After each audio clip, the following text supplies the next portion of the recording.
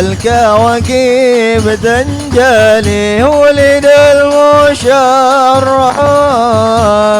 في ربيع الأول والقلب يغفل والكواكب تنجلي والقلب يغفل والكواكب تنجلي.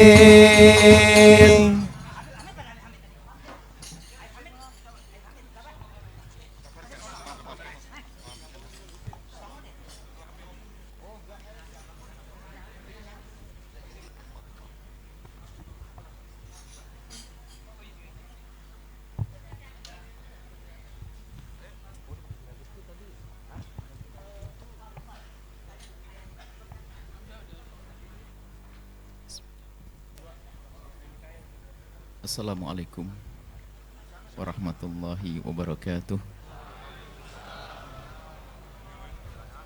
Alhamdulillah wasyukru lillah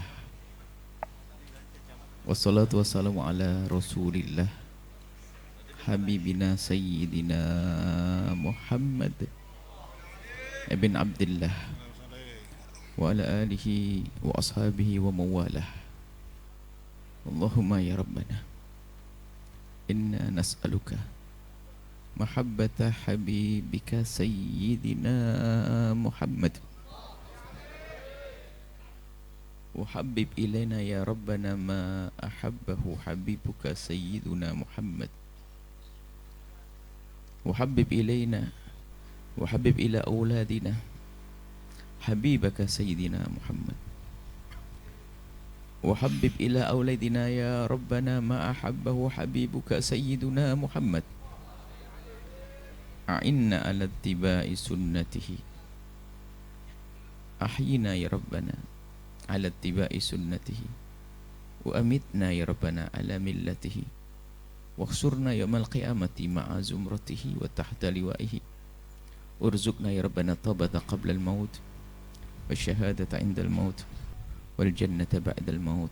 Amma ba'd. Yang sangat kami cintai para pecinta baginda Nabi, rindu Rasulullah sallallahu alaihi wasallam. Pertama dan utama, hadirkan rasa syukur. Sadari nikmat yang Allah berikan kepada kita saat ini, yaitu nikmat berbangga untuk dianggap sambung dengan baginda Nabi sallallahu alaihi wasallam. Nikmat senang, bangga di saat disebut kita itu mencintai Rasulullah. Sebab ada orang yang sudah tidak bangga dengan kebaikan, tidak bangga dengan Nabi Muhammad sallallahu alaihi wasallam. Akan tapi biarpun kita masih sebatas mengaku, kok masih kita mau mengaku ini masih lumayan, itu masih adalah nikmat. Hendaknya dari pengakuan itu terus kita tingkatkan. Bukan sekedar mengaku dengan lisan kita, harus benar-benar kita bangga bahwasanya kita ini punya Nabi Muhammad dan kita itu dinisbatkan kepada Nabi Muhammad sebagai umatnya, dan kita itu pengen punya gelar mencintai Nabi Muhammad dengan sesungguhnya. Pengen itu sudah nikmat. Pengen diaku kita itu mencintai Nabi. Dan termasuk kumpulnya kita ke tempat ini karena ada tuh mahabbah. Kalau tidak ada benih-benih cinta, nggak akan ada yang mau kumpul di sini. Ini yang pertama harus kita syukuri. Kemudian terus tingkatkan untuk menumbuh suburkan kecintaan atau benih-benih cinta yang sudah ada ini terus. Bagaimana cara menyuburkannya? Kita sudah kenal Nabi Muhammad. Akan tapi banyak orang berkenal dengan Nabi hanya dengan akalnya saja. Dia bisa menghafal tentang Nabi, nasab Nabi, tentang kelahiran Nabi di mana. Tapi belum mencoba mengenal dengan hatinya. Dan mengenal dengan akalnya bisa terkagum-kagum. Ada orang di negeri barat sana membaca Nabi dengan akalnya, kesimpulannya mengagumi Nabi tapi hanya dengan akalnya, sehingga Nabi dicatat sebagai orang yang paling berpengaruh tapi tidak punya iman. Maka nggak cukup kita hanya sekedar menyebut Nabi, mengagumi Nabi, atau mengagumi Nabi dengan sebutan-sebutan kalimat-kalimat yang kita ucapkan. Baru kita harus meningkatkan semua yang selama ini kita ngaku cinta Nabi, kita tingkatkan dengan hati. Bagaimana cara menyuburkannya lah ini? Sudah ada benih, sudah ada. Yakin kami. Kalau tidak ada benih tidak akan mungkin datang ke sini. Tinggal bagaimana kita menyuburkannya. Yang diadakan para ulama acara semacam ini tidak lain upaya untuk menyuburkan tadi.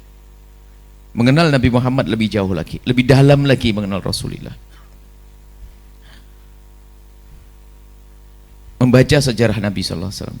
Para ulama menyebutkan membaca sejarah Nabi. Mengenal Nabi, kalau bahasa istilah kita kan tak kenal maka tak sayang ya. Sekarang kita perlu tes diri kita sendiri, benar enggak kita pengen rindu Nabi ya? Atau naudzubillah ini bahaya lagi. Orang menganggap Nabi memang hebat, besar, tapi dia tidak ada kerinduan untuk mulia bersama Nabi. Tapi justru malah menjadikan Nabi Muhammad sebagai kendaraan untuk mencari kemuliaan dirinya sendiri. Pengen disanjung orang dengan nama Nabi. Jadi orang mengaku-ngaku cinta Nabi bukan karena dia cinta Nabi, hanya ngaku-ngaku tok. Nah ini yang paling bahaya. Sebab Nabi itu mahal. Kalau kita punya majelis pembenci Nabi, nggak ada satupun yang datang. Hanya gara-gara majelis kita gelarnya majelis pecinta Nabi, maka orang pada datang. Karena nama Nabi yang di bawah. Jadi kalau kita membawa nama Nabi Muhammad, orang berbondong-bondong. Majelis pecinta Nabi, majelis perindu Nabi, majelis mahabbah Rasulullah. Ini banyak orang berbondong-bondong. Karena Nabi Muhammad mahal. Tapi yang dikhawatirkan kita itu jual Nabi. Bukan untuk kepentingan, bukan untuk kita mengagungkan Nabi, akan tapi mengagungkan diri kita sendiri atas nama Nabi. Menjual nama Nabi Muhammad SAW. Nah ini yang harus kita waspadai, jenis orang yang ini. Bisa saja kita mengaku Nabi, mengaku cinta Nabi, bukan mengaku Nabi, mengaku cinta Nabi, mengaku perindu Nabi. Di rumahnya ditempeli pecinta Nabi, kaosnya, spanduknya, kaosnya I love Rasulullah. Nah tapi itu semuanya perlu bukti. Bukan dilarang orang menulis tulisan cinta Nabi, hendaknya dari tulisan itu kita, dari tulisan yang kita tulis, dari ucapan yang kita ucapkan kita mencintai Nabi. Akan tapi harus kita lebih jauh lagi. Benar kita ngoreksi di hari kita, benarkah kita ngaku cinta kepada Nabi ini? Kita mencintai Nabi dengan sesungguhnya atau hanya sekedar hanya di lisan saja? Kita pakai baju yang bagaimana kita bisa niru Nabi, bisa saja niatnya busuk biar saya mendapatkan penghormatan seperti Nabi pernah dihormati, kan kacau. Bukan karena saya cinta Nabi, kan bisa bahaya. Jadi kita semuanya perlu koreksi. Tidak usah nengok orang lain, diriku sendiri yang selama ini ngaku-ngaku cinta Nabi. Jadi permasalahan kita ini adalah di saat kita ngaku-ngaku cinta Nabi, tidak sadar ternyata di hati kita nggak ada cinta kepada Nabi. Ini kan bahaya banget. Baik, sekarang kita perlu meraba-raba yang ada di hati kita, yang kita selama ini ngaku cinta Nabi, sejauh mana kecintaan kita kepada Nabi Muhammad secara sesungguhnya. Kalau orang kok idah mencintai itu kan bahasa kampung, bahasa orang gandrung kan, mau makan inget dia, mau tidur inget dia, mau kemana-mana inget dia, kan begitu. Jadi kita sekarang pengen membiasakan mencintai Nabi dengan cara membiasakan kita untuk mengingat Nabi dalam setiap gerak-gerik kita. Sederhana saja, kita ingin mencintai Nabi dengan cara membiasakan kebiasaan kita sehari-hari. Ini satu saja, kalau Anda bisa menerapkan ini ilmu, waduh luar biasa. Sehari saja apa sih yang selama ini Anda lakukan? Tidak usah buat amalan baru, tidak usah melakukan sholat 100 rakaat, belum sedekah 1 miliar, belum. Akan tapi dari semua aktivitas yang pernah kita lakukan dan pasti kita lakukan, pastikan kalau kita sambung dengan Nabi Muhammad SAW. Coba kita, satu, kita makan. Nabi Muhammad juga makan. Kita minum, Nabi Muhammad minum. Kita tidur, Nabi Muhammad tidur. Nabi Muhammad juga buang air besar, buang air kecil. Kita juga buang air besar, buang air kecil. Kita ke toilet. Kita mulai dari situ. Membiasakan. Pastikan kalau Anda makan, Anda membaca bismillah. Dan pastikan kalau Anda itu dengan tangan kanan Anda. Dan minum dengan tangan kanan belum cukup. Makan dengan tangan kanan belum cukup. Saya pernah kalau di Cirebon ada Pelangon, kalau di Cirebon, Pelangon itu tempat monyet. Saya nyebar kacang begitu, saya ngelihat ada monyet makan dengan tangan kanan. Kok sama dengan saya? Berarti Anda dengan monyet sama kalau hanya mikir makan dengan tangan kanan. Minum dengan tangan kanan. Saya ngelihat orang kafir juga bisa minum dengan tangan kanan. Lalu apa yang membedakan kita? Gitu loh. Ini loh yang penting. Pastikan di saat kita meminum dengan tangan kanan kita, kita saat itu meniru baginda Nabi Muhammad SAW. Membiasakan kita mengingat Nabi. Berapa kali kira-kira Anda ingat Nabi? Kalau Anda dalam setiap aktivitas Anda pastikan Anda mengingat Rasulullah. Saya akan minum. Belum lagi kalau Anda tingkatkan cara minumnya adalah tidak bernafas di gelasnya dengan tangan kanan. Setelah itu nafasnya dibuang di luar misalnya. Ini tambahan sunnah di atas sunnah dengan tangan kanan. Yang minum dengan tangan kanannya saja belum tentu ingat Nabi. Bagaimana kalau minumnya dengan tangan kiri? Kita yang sederhana saja biasa, ayo pastikan. Kita itu sering lupa dengan Nabi. Mungkin ada seorang ibu, seorang bapak yang Masya Allah ingin didik anaknya dengan pendidikan yang baik. Suatu ketika anaknya makan dengan tangan kanannya, dengan tangan kirinya. Ibu yang baik ya tidak boleh dong membiarkan masa anaknya minum makan dengan tangan kiri, biarkan saja. Bergegas seorang ibu yang baik ingatkan, sayang, kalau minum jangan pakai tangan kiri, pakai tangan yang bagus. Pakai tangan kanan. Itu rata-rata begitu mengingatkannya. Cuman kami pengen jawaban siapa di antara kita yang kalau anaknya lagi makan dengan tangan kiri lalu Anda mengingatkan, bukan kayak tadi, tapi Anda mengingatkannya begini, sayang, kalau makan jangan pakai tangan kiri tapi pakai tangan kanan, sepertinya sering kita lupakan karena memang kita jarang ingat Nabi ya. Pakai tangan kanan tok seperti Rasulullah. Jadi anak itu kebawa Nabi Muhammad, dikit-dikit Nabi Muhammad SAW. Jadi gitu, mau makan, mau minum, Anda ke toilet setiap hari. Apakah Anda sambung Nabi di saat Anda pergi ke toilet atau tidak? Anda sudah ngerti sunnahnya kalau ke toilet pakai kaki kiri dulu, kan begitu ya? Siapa yang nggak tahu? Semua tahu kan? Semua tahu itu sunnah itu begitu. Dahulukan kaki kiri, bukan kaki kanan. Mau masuk toilet kaki kiri. Sekarang ibu yang dibalik satir bisa menjawab tidak? Tadi pagi waktu ibu ke toilet pakai kanan dulu atau kiri dulu? Bentar dulu. Kanan dulu, kiri dulu atau tidak ingat? Tadi sudah berubah.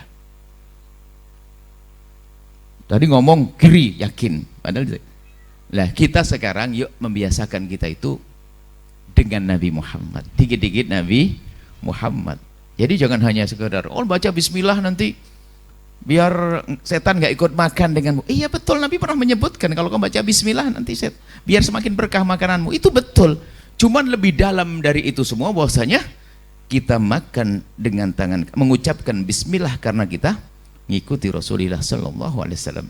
Menyadari makna ngikuti ini loh yang mahal.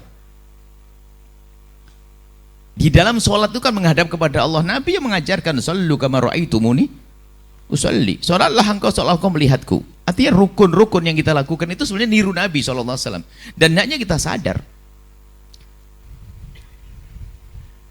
Makanya para ulama kita itu mengatakan bahwasanya di Al-Quran disebutkan, Kul in kuntum tuhibbunallah fattabi'uni yuhibbukumullah. Kalau kau cinta pada Allah, maka ikuti aku, Nabi Muhammad, diikuti. Yuhibbukumullah, maka Allah akan mencintaimu. Di sini yang disebut adalah mengikuti Nabi Muhammad. Mengikuti Nabi Muhammad. Tapi para ulama memahamkan ngikuti itu tidak jaminan ada cinta loh ya. Sehingga roh hanya mengikuti namanya cinta. Lah cinta itu menjadikan kita tuh selalu ingat beliau. Orang mengikuti tidak serta-merta dia mencintai loh ya. Orang mengikuti bisa karena kepentingan gaji seorang bawahan sangat patuh dengan bosnya, tidak serta-merta dia mencintai kok. Ditanya, kenapa kok kamu patuh sama bosmu? Kamu mau cinta ya? Enggak dong. Oh, ini kalau tidak patuh saya tidak digaji. Tapi dengan Nabi Muhammad tidak. Kita mengikuti Nabi Muhammad karena ada kesadaran di hati kita. Harus aku mencintai Nabi Muhammad. Lah cinta itu dilatih semacam itu. Membiasakan dengan Nabi, membiasakan Nabi. Termasuk menanamkan kecintaan kepada Nabi ya semacam ini. Menanamkan kecintaan di anak-anak kita. Biasakan anak kita dengan Rasulullah. Kalaupun seandainya kita tidak bisa melakukan sunnah Nabi saat itu, kita minta ampun dong kepada Allah. Dan minta maaf kepada Rasulullah. Mungkin tangan kanan sakit sehingga dia harus minum dengan tangan kirinya. Jangan cuek bebek. Ngadu ke Rasulullah, ya Rasulullah aku mestinya minum dengan tangan kananku. Cuman karena tangan kananku sakit, aku pakai tangan kiri ya Rasulullah. Ngomong begitu. Kita sering manja-manja dengan Nabi begitu loh. Dan itu selalu jadi latihan kita setiap hari. Coba kalau Anda mengamalkan ilmu yang paling ringan, itu nggak pakai kerjaan baru ya. Anda pasti ke toilet, Anda pasti makan, Anda pasti minum, Anda pasti tidur, Anda pasti pakai baju.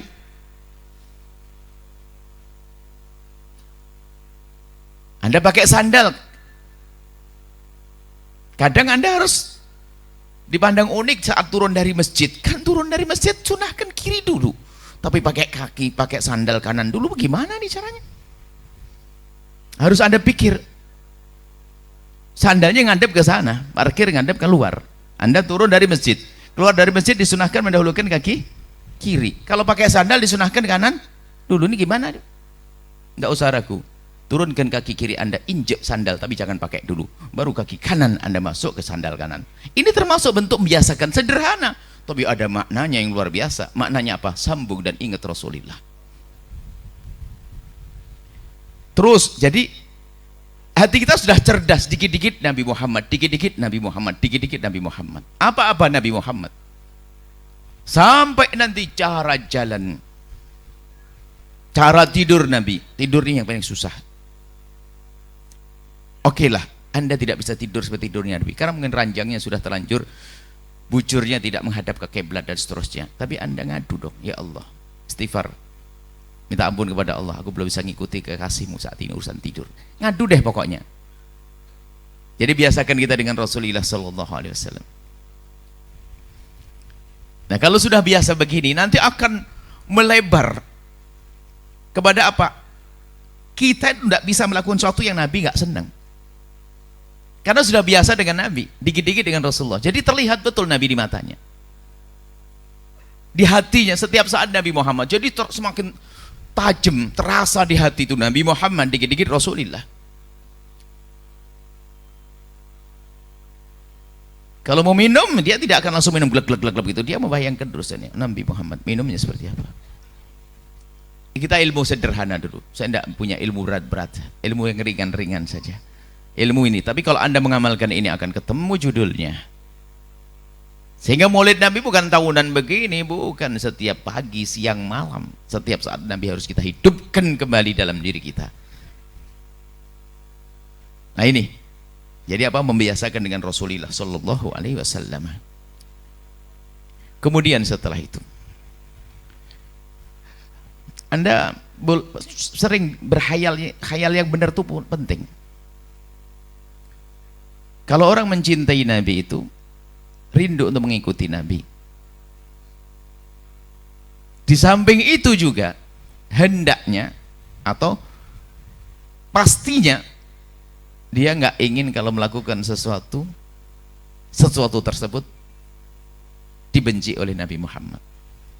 Ini adalah bab baru lagi.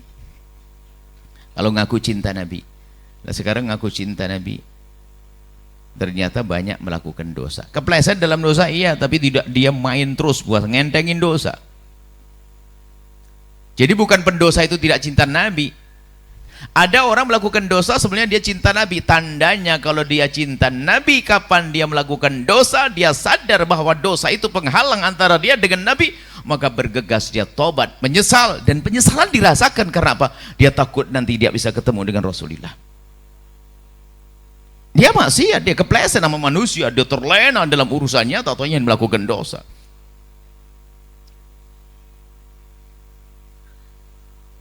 Nah ini, berusaha kita menjauhi dosa-dosa. Dosa gede tentu, dosa kecil. Dosa gede harus dong, dosa gede. Sekarang lihat, diri kita sendiri ternyata memang permasalahannya adalah urusan dengan Nabi.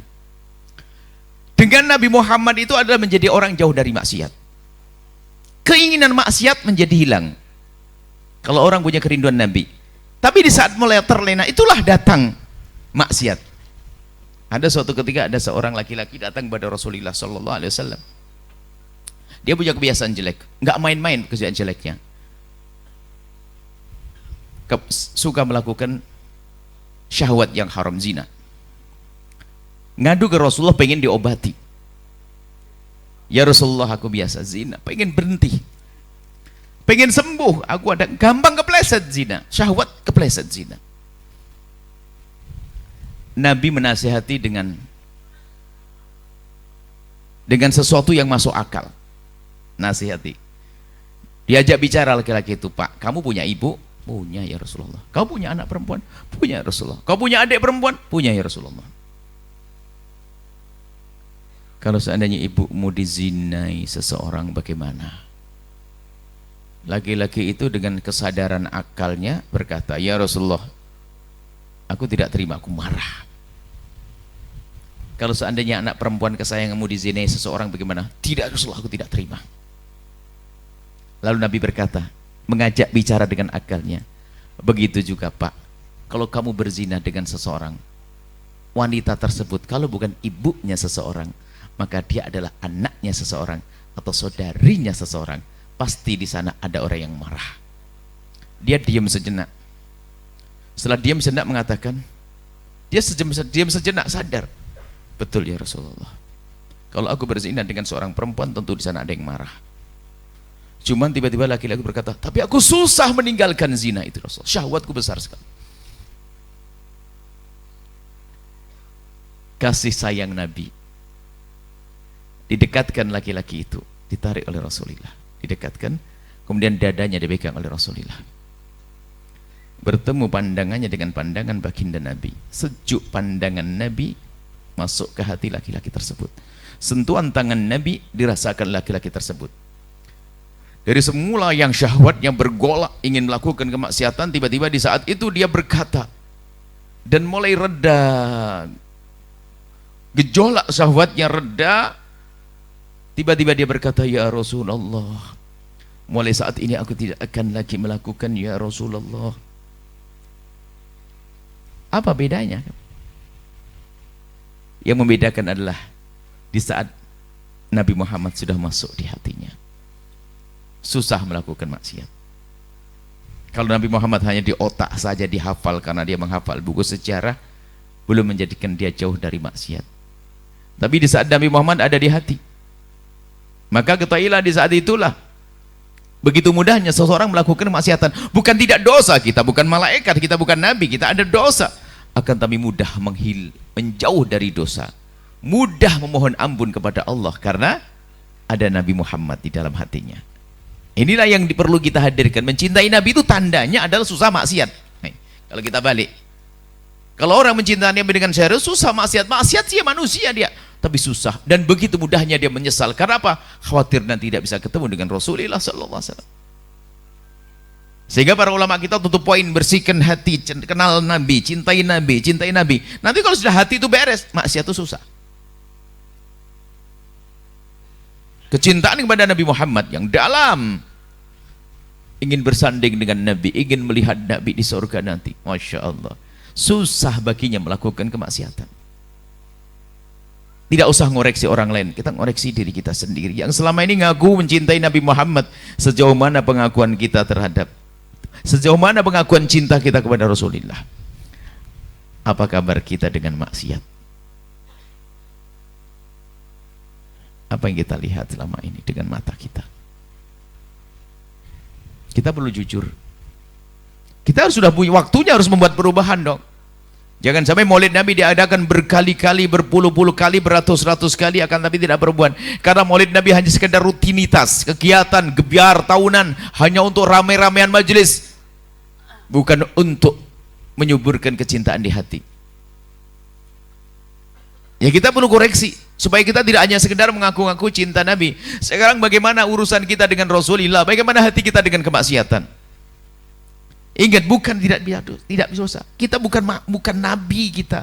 Memang bukan maksum, akan tapi ada tanda. Kalau ada Nabi Muhammad di hati kita, di saat kita kepleset begitu mudah kembalinya. Nggak bisa sombong dengan kemaksiatan.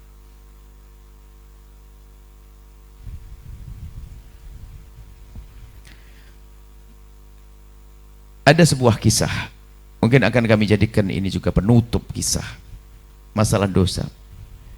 Sebelumnya gini loh ya, segala dosa yang pernah kita lakukan, ingat Allah Maha Pengampun loh ya.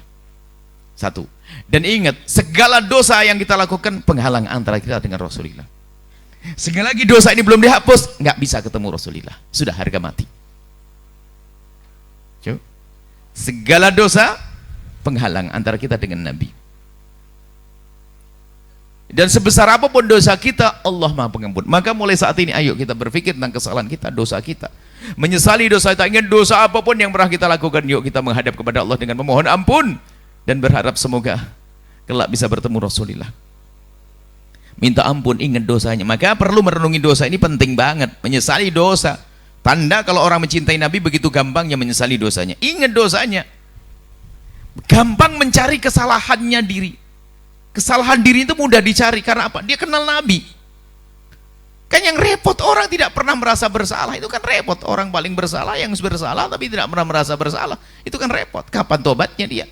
Maka pandai merenungi kesalahan kita sendiri. Kesalahan dengan siapa? Oh, dengan macam-macam. Bukan dengan Allah saja, ternyata dengan umat Nabi Muhammad. Nah ini bab baru lagi bahasanya. Tanda cinta kita kepada Nabi Muhammad, kita susah dolim kepada umat Nabi Muhammad. Bagaimana katanya cinta Nabi Muhammad? Wah, kelihatannya kalau di luar menghadiri maulid Nabi, di satu saatnya ceramah dia menangis, tapi sampai di rumah bikin nangis istrinya. Model apa dia? Apakah pecinta Nabi itu? Enggak ada pecinta Nabi. Khairukum li ahli. Khairukum li ahlihi wa ana khairukum li ahli. Nabi mengatakan sebaik-baik kalian yang bisa baik kepada keluarganya, dan aku orang yang paling baik dengan keluargaku.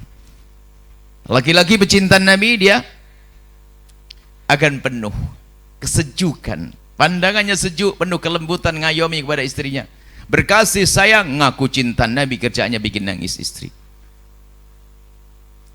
Begitu juga yang di rumah, katanya pecinta Nabi Muhammad tapi setiap hari bikin kesel suami, sesaat dengan kata-katanya, sesaat dengan perilakunya, sesaat dengan kecuekannya, sesaat dengan pembangkangannya. Mana pantas orang begitu ngaku cinta Nabi? Iya, dia sebagai manusia punya kesalahan, sesaat salah dengan suami. Karena manusia, seorang wanita ada saat-saat yang berubah-ubah, menjelang haid, sedikit ada perubahan dalam watak-watak mentalnya. Kemudian ada sedikit marah, tapi begitu mudah dia menyesal. Seorang suami pun juga demikian. Mungkin dia sifatnya kasar, akan tapi lihat karena kenal Nabi Muhammad dia akan lembut. Harus. Istrinya tidak dipandang sebagai istri saja, istriku adalah umat Nabi Muhammad. Susah dia memarah tetangganya. Loh, ini adalah perlu kita kembangkan makna ini. Jadi maulid Nabi itu melahirkan Nabi Muhammad di orang yang ada di kiri kanan kita. Bahwasanya ini ada Nabi Muhammadnya, ini orang. Jadi saya lihat tetanggaku bukan sekedar tetangga, tapi ada Nabi Muhammadnya. Karena apa? Nabi Muhammad pernah berpesan, aku harus peduli dengan tetanggaku. Ini pembahasan luas. Jadi kepandaian kita dalam memandang orang, kalau kita dikit-dikit sadar di situ ada Nabi Muhammadnya, wah ini baru benar kita. Wah ini tetanggaku nih, Nabi pernah berpesan. Maksudnya bukan Nabi Muhammad masuk ke situ, bukan begitu. Maksudnya kita sadar ini ada hubungan dengan Rasulullah. Pembantu di rumah kita. Pembantu di rumah kita, hei orang yang ngaku cinta Nabi, Ketahuilah pembantu di rumah kita bisa saja lebih mulia dari kita. Nabi juga berpesan, kalau dia lebih muda dari kita, hendaknya kita beri kasih sayang. Kalau lebih tua dari kita, biarpun gelarnya pembantu, kita harus hormati dia. Dia laisa minna man lam yuwaqqir kabirona. Enggak termasuk golongan kami. Nabi sudah meniadakan. Tidak pantas punya intisab nyambung ngaku-ngaku dekat Nabi, tapi tidak bisa menghormati yang tua. Biarpun katanya pembantu. Pembantu kan gelar di dunia saja, di akhirat enggak begitu. Dia orang mencari nafkah. Coba kalau orang di hatinya ada Nabi Muhammad, ya wah akhlaknya istimewa. Akhlaknya istimewa dan kita perlu belajar serius. Kalau bicara kesalahan, ya kita ada kesalahan. Makanya ingat, semua kesalahan Allah Maha Pengampun. Ingat, maka menghadap kepada Allah. Kita mulai malam ini kita bergegas minta ampun kepada Allah. Dosa kepada Allah dan juga dosa kepada sesama manusia. Kita berlatih menyesali dosa-dosa. Pokoknya ingat Nabi deh, kalau aku durhaka kepada ibuku, wah nggak mungkin ketemu Nabi. Mutus tali persaudaraan, nah ini kerepot, kata yang aku cinta Nabi, ngadakan maulid kesana kemari, Masya Allah, tatanya apa, rebutan waris, gak beres-beres, wah habis itu rajin umroh. Itulah orang masuk neraka lewat Mekah. Urusan waris yang gak diberesi, gaya umroh sana sini, wah gak jago hadir maulid Nabi SAW. Maulid model apa yang dicari? Urusi saudaramu, sambung silaturahmi dengan saudaramu, itulah maulid Nabi Muhammad yang sejati. Karena apa? Saudaramu adalah umat Nabi, sadari itu umat Nabi, bukan sekedar saudaramu, ada Nabi Muhammadnya di situ. Ini sederhana saja. Jadi kalau kita pandai memandang orang, wah ini ada pesan Nabi ini, istriku, anakku, pembantuku, jual beli, ingat Nabi, jangan kau berbohong. Jangan berbohong dalam jual beli.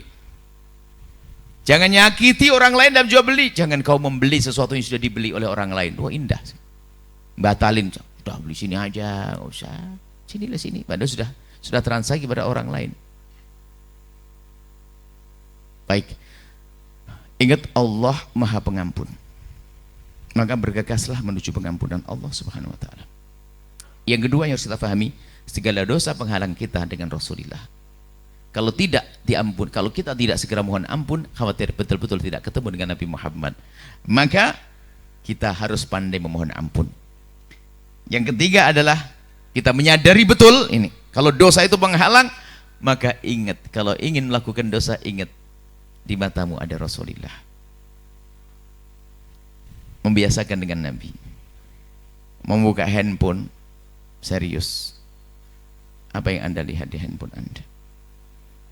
Nabi Muhammad, kita bukan action pecinta Nabi, ngaku depan orang, Masya Allah kecintaan Nabi, depan semua Nabi Muhammad di saat sendiri tidak tahu apa yang dibuka di handphonenya, apa yang ditonton. Sampai satu pertanyaan, seandainya Nabi Muhammad ada di sampingmu, berani enggak buka film itu, buka gambar itu, berani enggak kira-kira? Semua akan mengatakan tidak. Lalu kenapa engkau buka? Karena aku tidak merasa Nabi Muhammad bersamaku. Lah ini kan problem.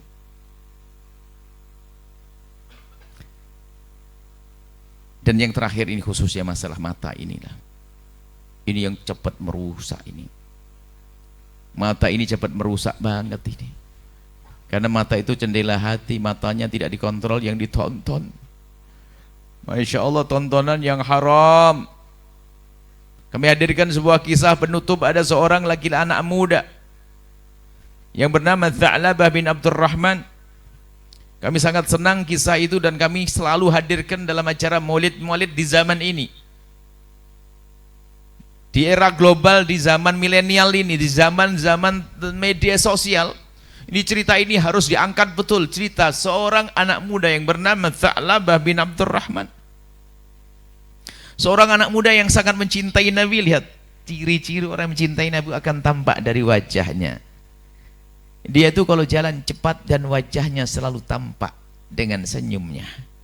Kenapa? Berjalan kemanapun yang kebayang adalah Rasulullah. Sehingga dia tampak senyum terus. Jadi seolah kalau kemana-mana kebayang ketemu Nabi. Jadi senyum terus. Makanya hari ini kalau ada orang tampak mukanya cemberut terus, sepertinya dia itu menghayal jin ifrit. Tampak, ayo biasakan dengan kebiasaan kayak senyum, dan itulah wajah Nabi Basam. Nabi selalu tampak di wajahnya bukan saja kegantengannya, tapi lihat garis-garis senyum selalu tampak pada wajah Nabi. Nasib buruk kita ini sudah ganteng nggak punya cemberutnya, iya habislah kita.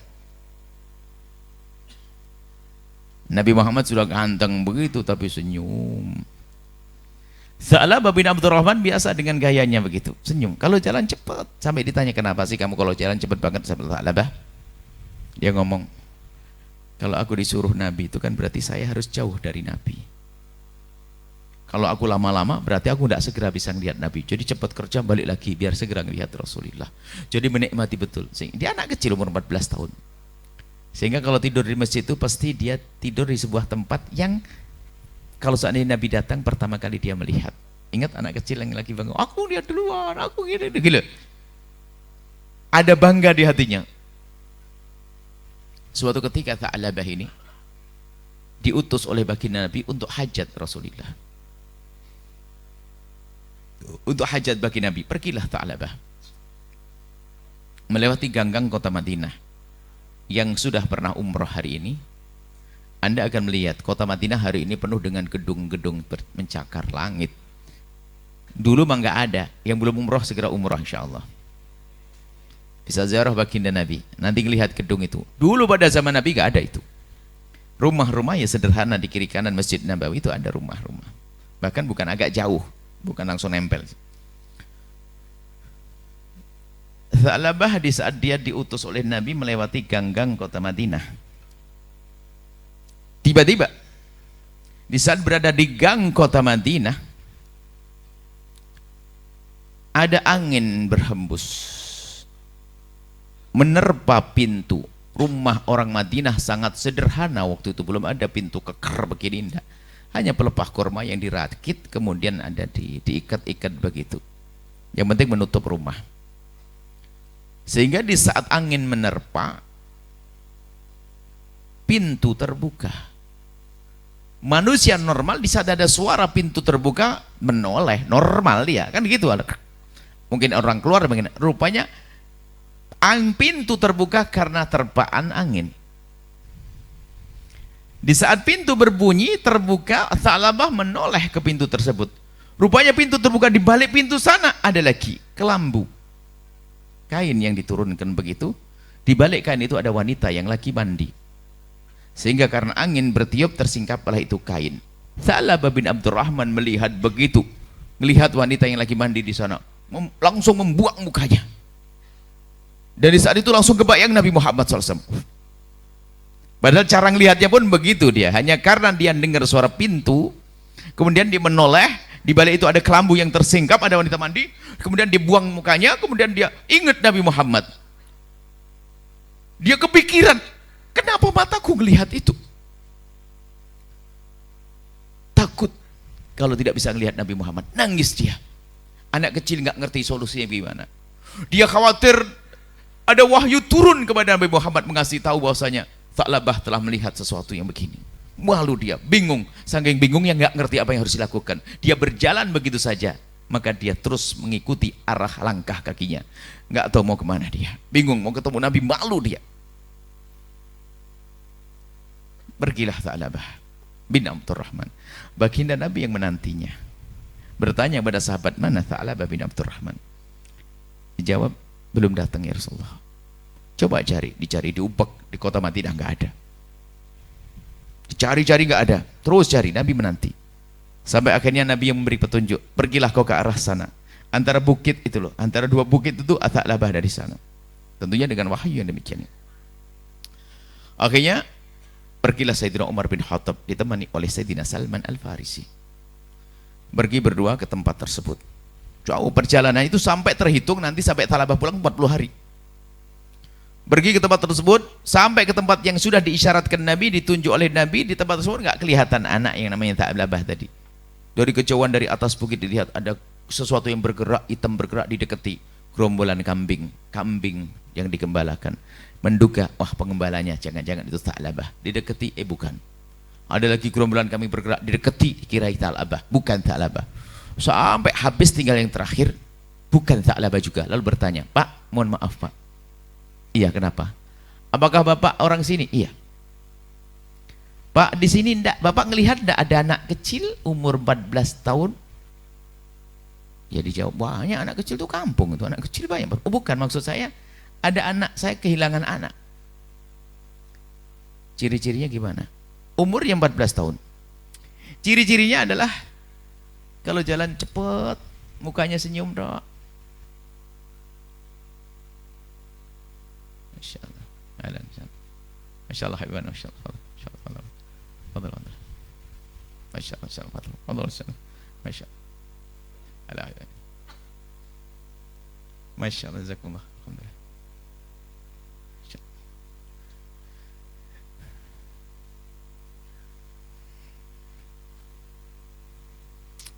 Kata pengembala kambing tersebut,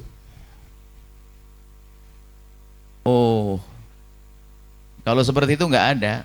Aku melihat, anak baru aku lihat, memang umurnya 14 tahun, tapi tidak senyum begitu, jalannya cepat ya, tapi anaknya cengeng, nangisan dia.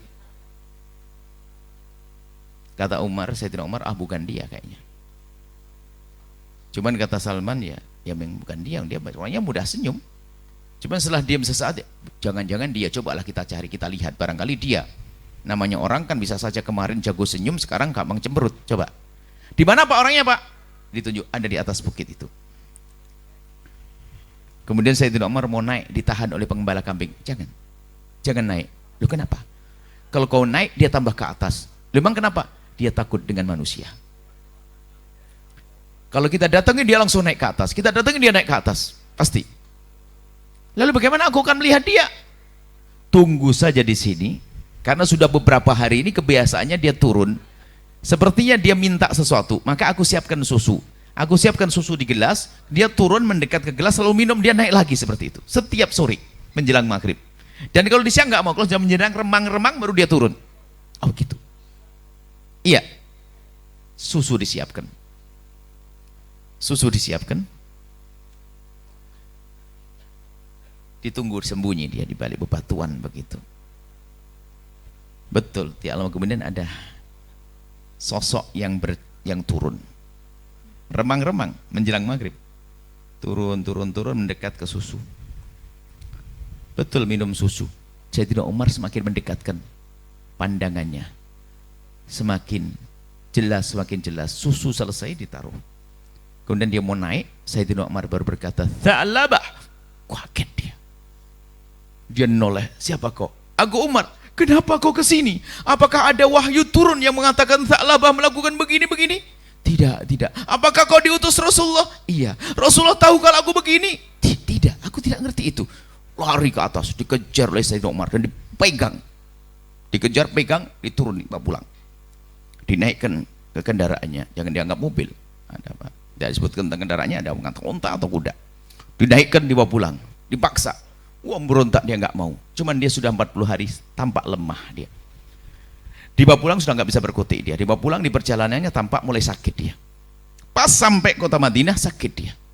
Tampak lemes, sakit, tidak bisa ngapain. Lepas pun tidak akan lari. Kemudian kata Sayyidina Umar kepada Salman, kita kembalikan saja ke ibunya, baru kita lapor ke Rasulullah. Baik, dikembalikan ke keluarganya. Baru Sayyidina Umar lapor Rasulullah. Ya Rasulullah. Ya Rasulullah. Sayyidina Muhammad SAW. Sudah ketemu. Mana dia? Dia sakit ya Rasulullah, aku titipkan ke keluarganya. Apakah perlu aku gendong ke sini? Kata Rasulullah, tidak. Jangan kau bawa ke sini. Biar aku yang datang ke sana. Akhirnya Nabi Muhammad berangkat ke tempatnya Tha'labah. Mengetuk pintu rumah Tha'labah. Di saat mendengar suara salam bagi Nabi, Tha'labah di dalam ketakutan. Wajahnya ditumpahkan ke bumi. Ketakutan, taruh ke bumi. Takut betul. Karena Nabi Muhammad datang. Takut betul. Kemudian sampai Nabi masuk, nggak berani lihat Nabi. Hanya menjawab Waalaikumsalam, tapi tidak berani lihat Nabi. Akhirnya dekat Nabi, ya Tha'labah sini. Kemudian Allah Rasulullah, kenapa kau Tha'labah? Kenapa kau Tha'labah?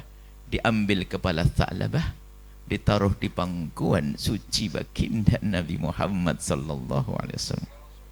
Bayangkan alangkah indahnya Kalau kepala kita ada di pangkuan Rasulullah.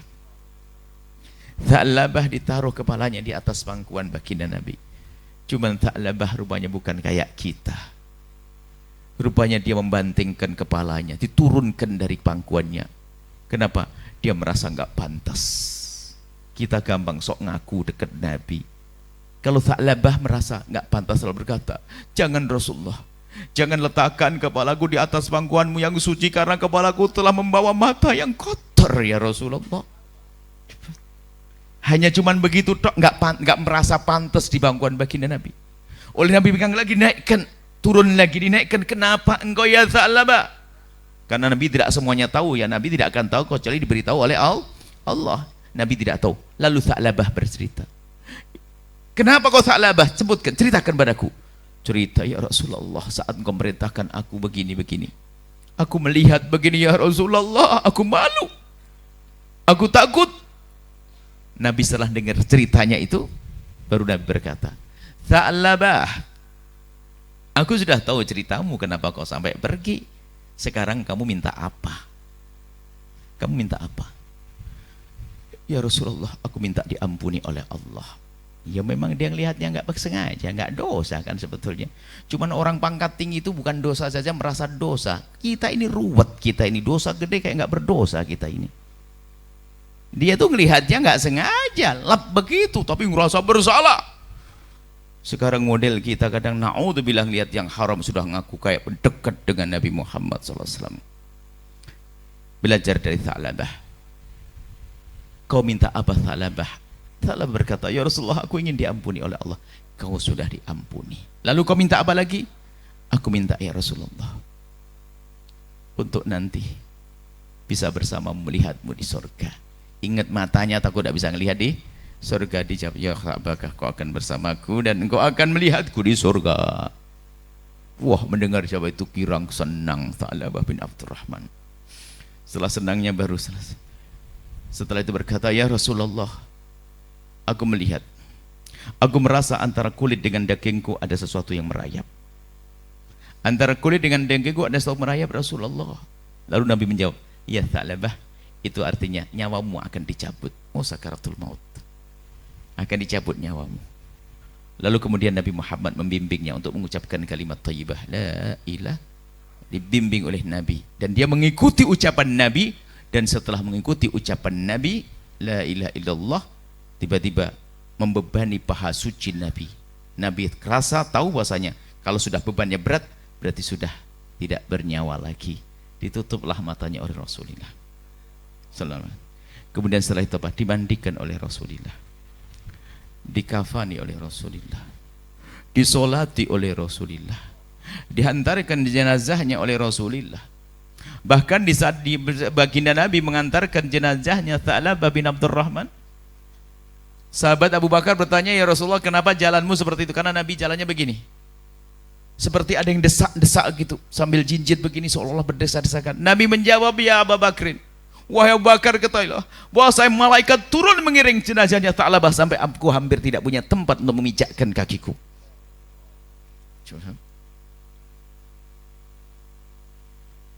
Yang perlu kita ambil faedah dari kisah ini, lihat dua hal. Kalau orang punya cinta kepada Nabi, takut ditinggal Rasulullah. Ngelakuin dosa kecil kayak gede, takut ditinggal Nabi Muhammad. Untuk ngoreksi kita ini punya cinta Nabi atau enggak. Jadi kalau orang cinta Nabi susah melakukan kemaksiatan, lihat contohnya Tha'labah. Kemudian buahnya kalau orang benar mencintai Nabi, ketahuilah indah. Kalau benar kita mencintai Nabi dengan sungguh, dengan hati kita, lihat Nabi Muhammad yang mencari. Dan sungguh di padang mahsyar jangan dianggap Anda bisa mengejar Nabi, kita ngejar Nabi, nggak bisa. Biar Nabi memang kelihatan, karena pancaran wajah Nabi mulai mahsyar, tapi tidak semua orang bisa dekat kepada Nabi. Yang bisa hanya yang didekati Nabi baru bisa dekat nanti. Tha'labah bin Abdurrahman karena cintanya kepada Rasulullah, lihat Nabi yang datang, Nabi yang mencari. Untuk dikejar, dicari oleh Sayyidina Abu Bakar, disuruh sampai ketemu, Nabi datang, Nabi mentalkinnya untuk mengucapkan kalimat la ilaha illallah. Sebelum wafat, Nabi memandikannya, Nabi menyolatinya. Dan kalau benar cinta kita kepada Nabi, kita akan merasakan itu semuanya. Kalau ahli tasawuf mengatakan tidak mustahil loh ya kita melihat Nabi waktu dicabut nyawa kita. Didatengin Nabi, maksudnya melihat Nabi, terserah apakah istilahnya datang melihat Nabi, karena dalam Al-Quran disebutkan wabsiru bil jannati lati kuntum tu'adun. Ahli iman perindun Nabi itu kalau dicabut nyawanya diberi kabar gembira, wabsiru bil jannati lati kuntum tu'adun. Berikan kabar gembira kepada nih di saat dicabut nyawa nanti dengan surga. Dan apakah yang paling indah di surga dari makhluk Allah? Baginda Nabi Muhammad SAW akan tampak, Rasulullah SAW. Nggak mustahil itu semuanya. Makanya sekarang yang perlu kita seriusi adalah bagaimana kita dengan Nabi. Urusan mata ini saja deh hari ini, karena yang paling parah hari ini mata. Apakah nggak malu kita ngaku-ngaku cinta Nabi hanya di majelis saja? Setelah pulang dari majelis kamar dikunci, tidak tahu apa yang dilihat di handphone kita, apa historinya, apa yang kita lihat, YouTube dan sebagainya. Kita perlu serius dengan Nabi Muhammad. Gak usah nengok siapa-siapa. Kamu mungkin gak usah bilang kamu. Aku. Bagaimana aku dengan internetku, bagaimana aku dengan handphoneku, bagaimana aku dengan kita perlu serius. Kalau ternyata kita masih sering itu melihat yang tidak pantas, hari ini waktunya kita berubah. Film-film kotor dan sebagainya tidak pantas. Alasannya untuk suami istri nggak ada itu semuanya, rusak mental. Seorang suami sudah menjadi tidak semangat, tidak nafsu dengan istrinya gara tontonannya yang haram. Seorang istri pun ternyata mencari sesuatu yang tidak ada pada suaminya karena sering nonton film kotor. Hati-hati, jangan percaya dengan fatwa picisan ustadz-ustadz yang mengatakan nonton film kotor untuk suami istri boleh. Tidak, itu merusak mentalnya dan tidak pantas akhlak. Itu merusak, hati-hati. Sehingga seorang anak melihat ibunya syahwat karena sering nonton film kotor. Seorang bapak syahwat kena anaknya karena sering nonton film kotor. Dan nonton film kotor berangkat daripada membiasakan dari membuat melihat film sesuatu yang muka aurat yang ada di handphonenya perlahan meningkat. Mungkin melihat bajunya setengah badan, lihat badannya tidak berbaju dan seterusnya sampai naudzubillah. Hati-hati. Maulid kita hari ini adalah ayo kita serius menjaga mata kita. Yang punya masa lalu kelam dengan pandangan-pandangan yang kotor, Allah Maha Pengampun, hentikan. Sebab yang rusak banyak, akhlak kita akan rusak, mental kita akan rusak. Mental rusak. Seorang anak diam-diam mengintip ibunya lagi mandi. Naudzubillah, seorang ibu ternyata juga berani. Naudzubillah, hari ini lihat zina maharim, zina secara umum mengerikan, kadang dengan mahramnya, kakak adik dan sebagainya. Banyak kejadian-kejadian gara-gara mata ini, mata yang tidak kenal Nabi, matanya orang yang hanya ngaku-ngaku cinta Nabi. Ini perlu serius. Dan hari ini fokusnya fokus ini, tahun ini fokusnya fokus ini.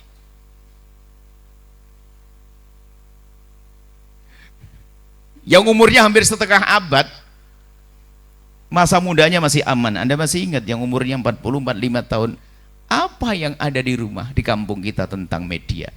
Televisi yang hanya ada TVRI, yang punya hanya Pak Lurah. Ayo masih ingat, yang umurnya kurang lebih. Acaranya mah aman-aman saja. Anda masih ingat Kelompok Pencapir, Ria Jenaka. Yang paling serem paling album minggu, kan begitu. Malam Ahadnya film akhir pekan, itu pun saya yang baca karena tidak punya televisi di kampung kita. Yang punya Pak Lurah. Televisi berwarnanya, kacanya kaca pelangi begitu, biar warna hitam putih. Pakai listrik, kadang-kadang tinggal separuh. Anda masih ingat tidak? Dalam keadaan aman begitu, hasilnya model kayak kita. Lalu bagaimana hari ini kalau kita tidak waspada dengan anak-anak kita?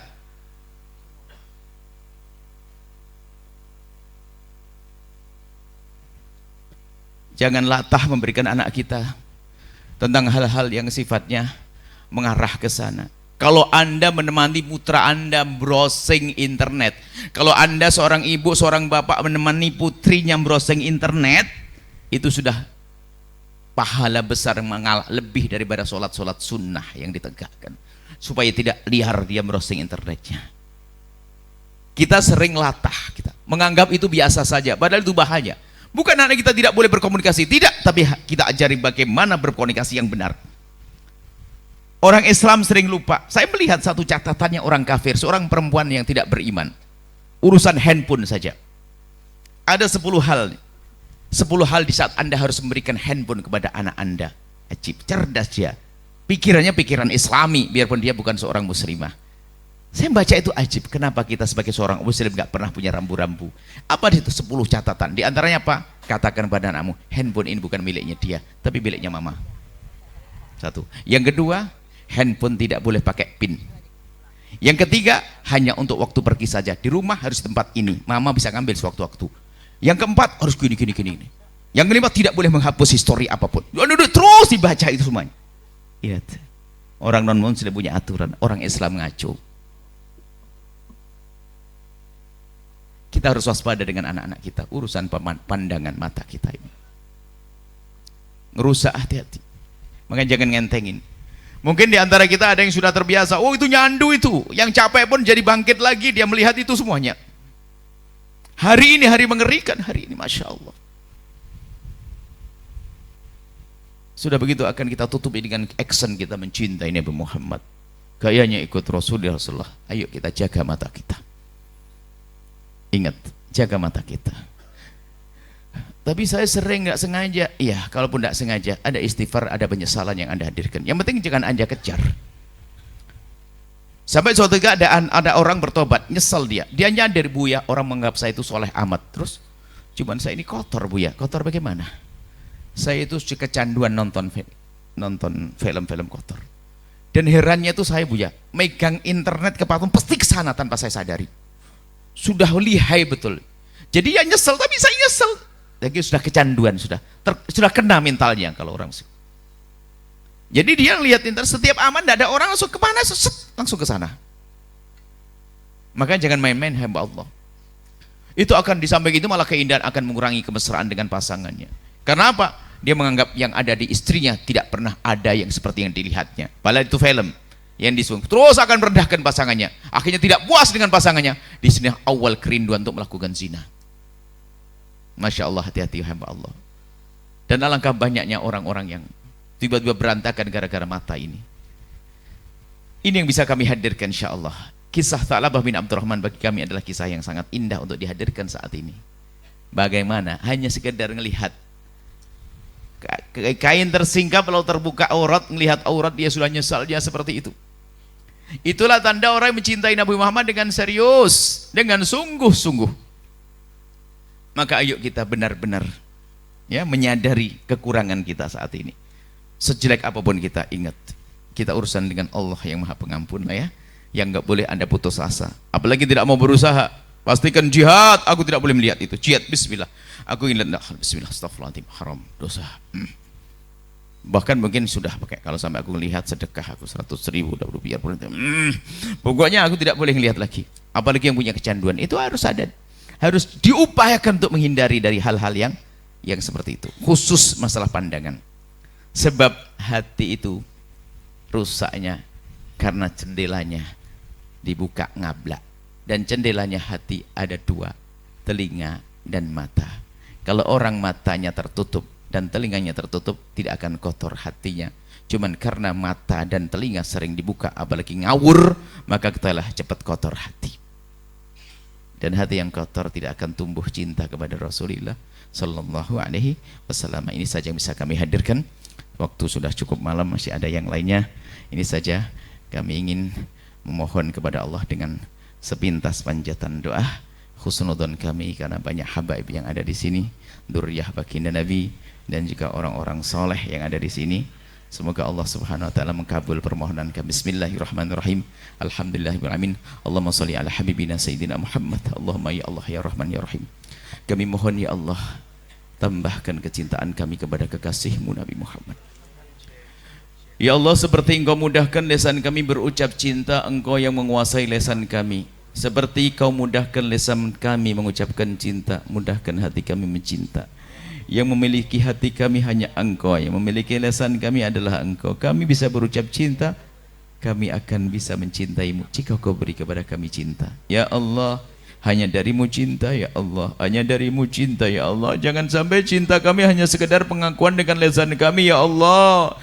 Kami serahkan ya Allah urusan kami kepadamu, hati kami ya Allah. Tambahkan kecintaan kami kepada kekasihmu Nabi Muhammad, dan jadikan anak-anak kami mencintai kekasihmu Nabi Muhammad, Nabi Muhammad, Nabi Muhammad ya Allah.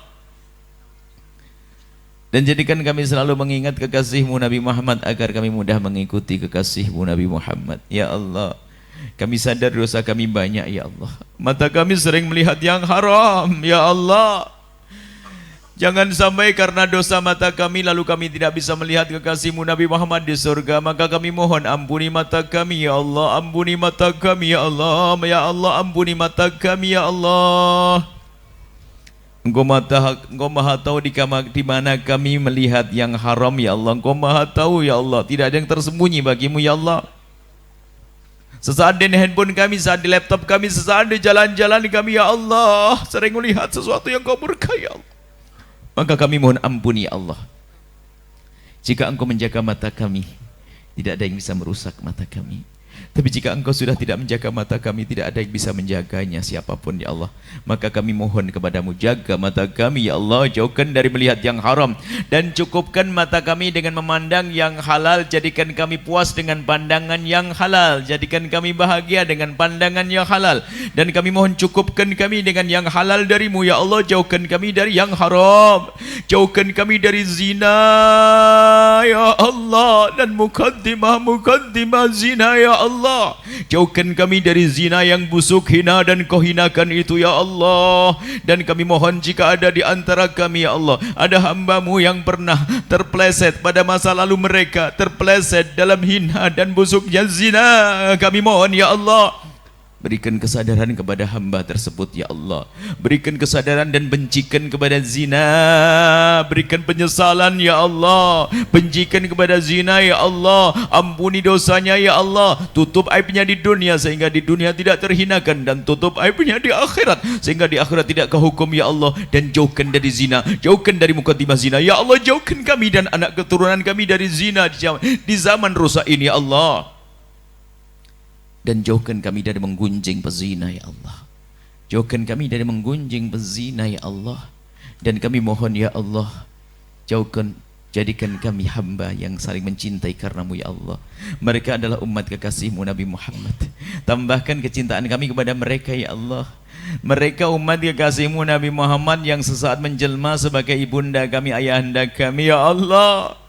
Mudahkan kami ya Allah mengabdi kepada ibunda kami, ayahanda kami, pasangan kami ya Allah. Pasangan kami ya Allah, jauhkan kami dari berbuat dolim kepada pasangan kami yang dia adalah umat kekasihmu Nabi Muhammad. Jauhkan kami dari kedoliman, percekcokan di rumah tangga kami. Ganti dengan kasih sayang dan cinta dalam rumah tangga kami, wahai Zat yang Maha Kasih ya Allah. Wujudkan keindahan dalam rumah tangga kami, suami istri yang saling mencintai karenamu. Jauhkan kami dari percekcokan dan perselisihan. Dan kami mohon ya Allah, jika ada di antara yang hadir ya Allah, yang sering berselisih, bercekcok dalam rumah tangga mereka, kami mohon di majelis mulia ini, lembutkan hati mereka sehingga yang ada hanya keindahan, keharmonisan dan cinta ya Allah.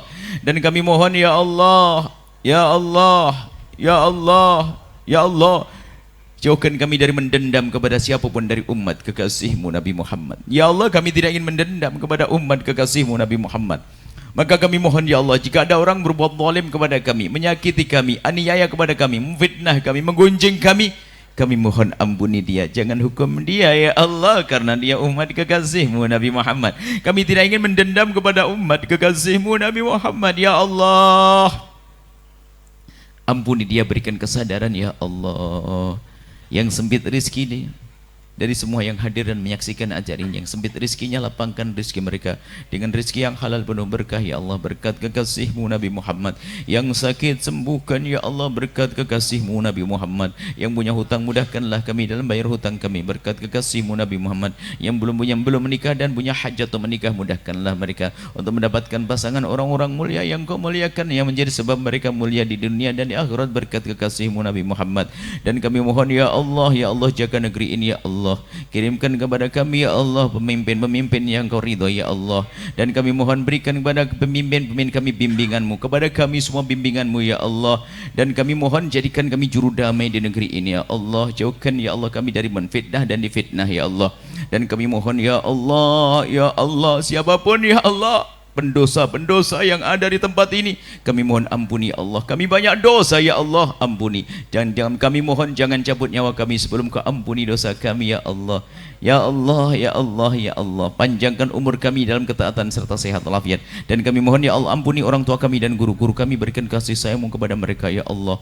Berikan kepada kami semua husnul khotimah. Dan kami mohon ya Allah seperti Kau mudahkan kami berkumpul saat ini, mudahkan kami kelak untuk bisa berkumpul bertemu di surga bersama kekasih-Mu Nabi Muhammad ya Allah, bersama anak-anak kami ya Allah, bersama orang tua kami, bersama murid kami dan bersama guru kami ya Allah. Berikan kepada kami semua husnul khotimah, mati dalam keadaan iman.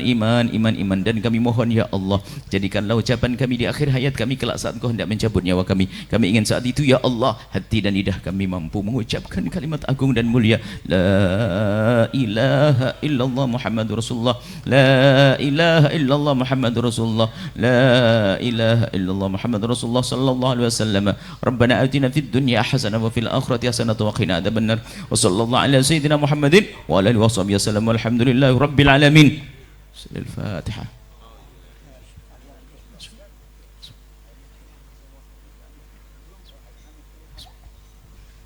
Terima kasih, mohon maaf, mohon doa selalu. Bila taufik hidayah. Assalamualaikum warahmatullahi wabarakatuh.